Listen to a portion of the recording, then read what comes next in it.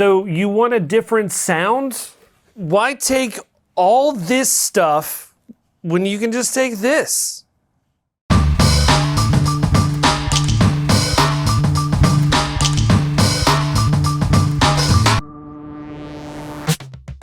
Here at Moon Audio, we make sure that you have the latest news and reviews on all the newest audiophile gear. Be sure to click that subscribe button so you don't miss our videos. The SE180 is a bit of an anomaly when it comes to Astell&Kern players. The SE lineup sits between the SP Flagship players and the SR entry-level players, providing a great balance of performance and features at a great price. But the SE180 departs from the regular scheduled program, offering a swappable DAC module, giving the listener the option to tailor their sound to their liking.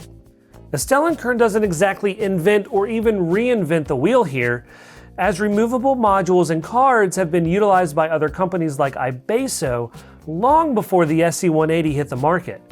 But that doesn't detract from the fact that you can now listen to your AK player how you want to.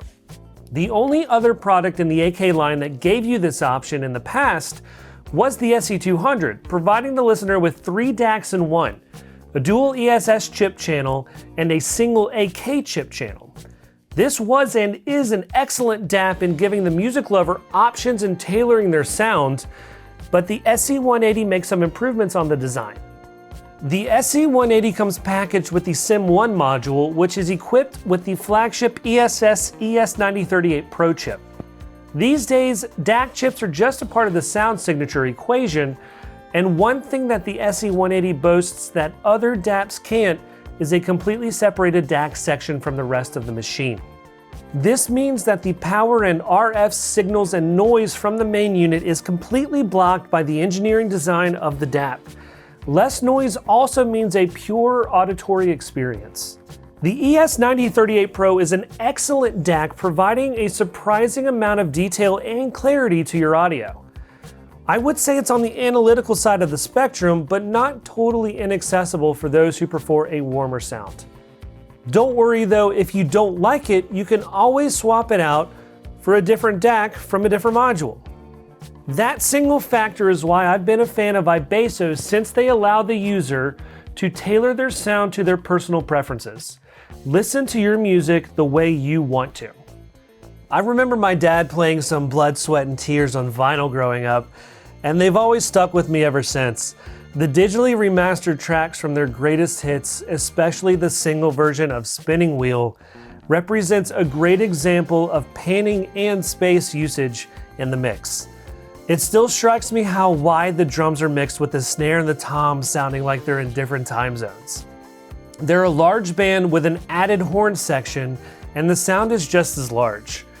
The wide sound stage accentuates the detail and individual performances to the point where I could listen to the SE180 for hours and discover new things in my music that I've listened to for years.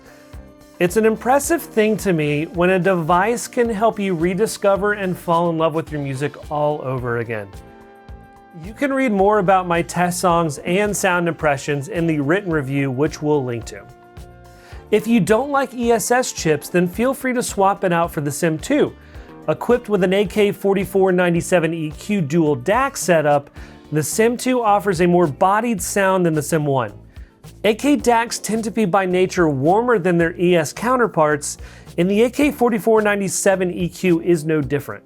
Still offering plenty of detail, the low frequencies are rounder, offering more perceived bass than the SEM1. Mids are warmer, more energetic, and to me a little more boosted than the SEM1, making guitars sound more in your face. Highs are still detailed but more rolled off and smoother. The SEM2 is great for genres like classical and jazz who want a more musical presentation but still want to retain that sense of detail and intimacy in the performances. It's also superb for EDM, pop, and rock as well. Now that we have the case off, when you want to change modules, it's important to note that you're going to want to turn off your device first to prevent any damage from happening when taking out the card. This actually took me a couple times to figure out the first go, but what you have here are two buttons on the side of the device, here and here, that you're going to want to press in simultaneously. And they also include a groove on the back side of the module to kind of help you give a little, you know, some leverage in there. So you want to pinch and then kind of, oh man, it's so hard.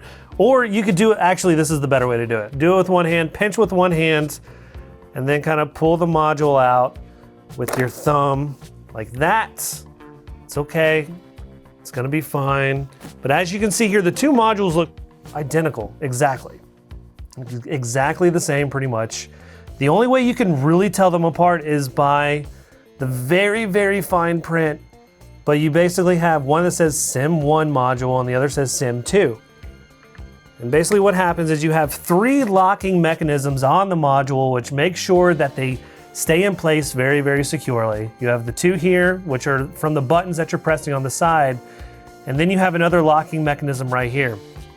So pretty much all you have to do, just line it back up, put it in the right way,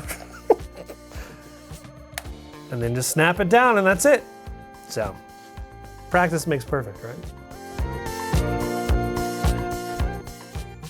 Another module is planned for later in the year, with a further one coming in the first half of 2022. The first two DAC modules support 2.5, 3.5, and 4.4 millimeter headphone connections, and MQA support for locally stored files and playback via Tidal. There could be different headphone port options coming with the next wave of DAC modules, and we'll keep you updated on all the latest information right here. In my testing session, I paired the Astell&Kern SE180 DAP music player with the Focal Utopia headphones and a Black Dragon premium cable. Due to the overall sound signature of the SE180 being on the more analytical side, the Black Dragon cable adds more warmth and musicality to the audio, filling out the low end a bit more and thickening up those mid frequencies. A large part of the equation are your headphones too, so if you have a warmer sounding headphone, a Silver Dragon might be a good option for more extension and detail. On the other hand, if you're using the SEM2, then a Silver Dragon could be another option to consider. Feel free to contact us with your headphone setup and let us know what kind of music you listen to, and we'll be more than happy to make a personalized recommendation just for you. Although the design of an interchangeable module is not as new and innovative as AK claims it is, in the same methodology as the SE200, giving the user the ability to tailor their gear based on personal I/O and audio preferences is always a welcomed choice. Ultimately, it's new for Astell&Kern, and for a company that holds a sizable chunk of the audiophile grade DAP market, it might as well be a new innovation since iBasso specializes in switchable amplifier cards only. I found that the SE180 with the SEM1 module was excellent for rock, pop, folk, and alternative. The SEM2 was great for metal, EDM, synthwave, classical jazz, and more. Both modules are superb, bringing out whatever aspects of your music you desire. A lot of it is just personal preference at the end of the day. At $14.99, the SE180 balances flagship level features and performance with a reasonable price point for the A&futura line of DAPs by Astell&Kern. Keep in mind that it comes packaged with the SEM1 module as well. The SEM2 module retails for $349. At the end of the day, as audiophiles and music lovers, we like to have high quality options, and Astell&Kern is finally providing them. We'll include a link to both the SE180 DAP and SEM2 module reviews below. Be sure you subscribe so you don't miss our latest videos. If you have any questions about any of the products mentioned, feel free to leave a comment. And as always, thanks for watching.